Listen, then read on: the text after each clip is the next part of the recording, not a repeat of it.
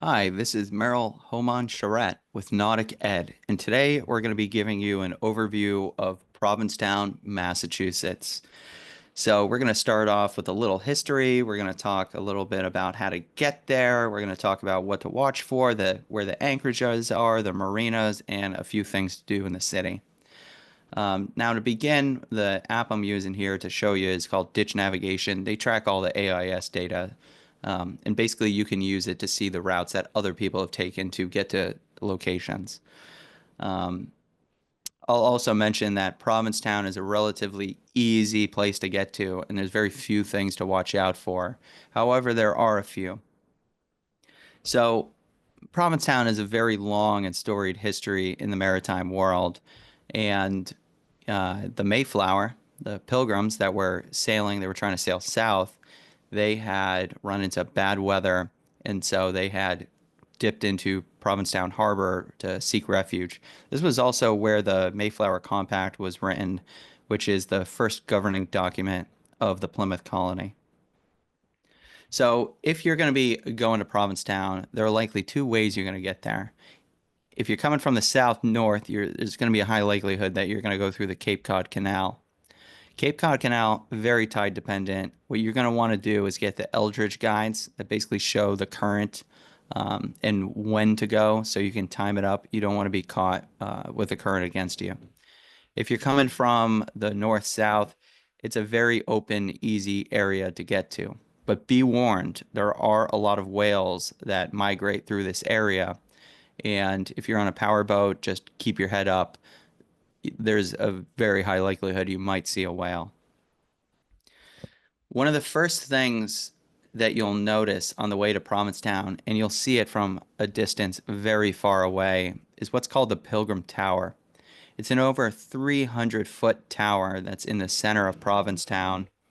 It's the notable landmark of the area.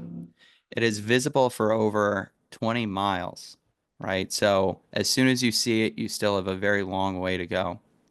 One of the things to be aware of is you don't want to sail directly towards it. It'll essentially result in you beating around the point. Essentially, it's over in this area, and if you're coming from the north-south, you'll see it, and if you put the bow on it, you'll end up here. If you're coming from the south-north and you put the bow on the tower itself, you're going to end up here. So you still have to get around this horn in order to get there. Now, as far as getting into the harbor, you just come through and loop around, and then bam, you're right in there. Uh, in all around Provincetown are a ton of shoals, and the beach comes up very fast, so you don't want to get too close to it. The one thing that people get hung up on is this green three buoy that's right here.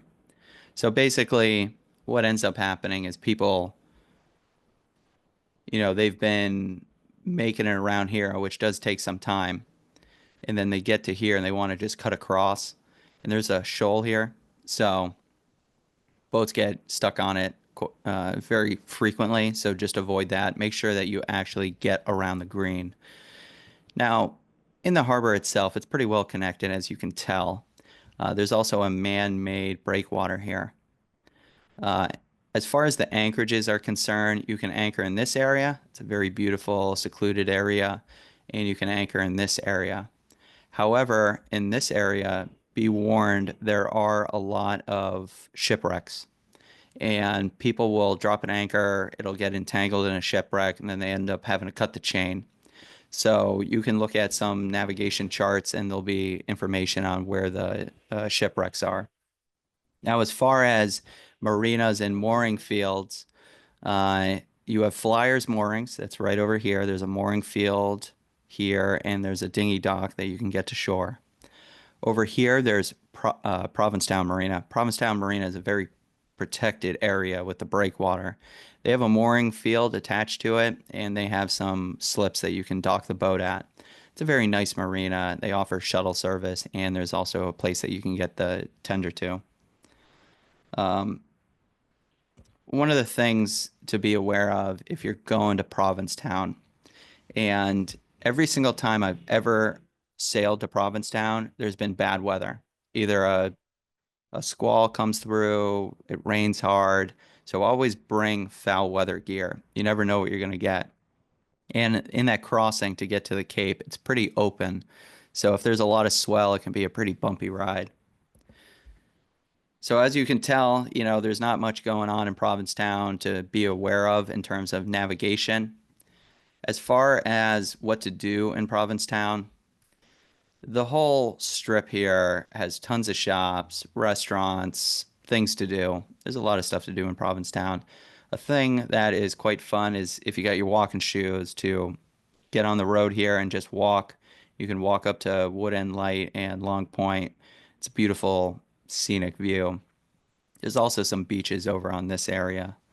So that's Provincetown for you. Very simple to get to. Very nice place. Easy access. Nice marinas. Great town. If you guys are looking for any resources in terms of navigation, I will be linking Nautic Ed's online navigation courses in the show notes. Thanks.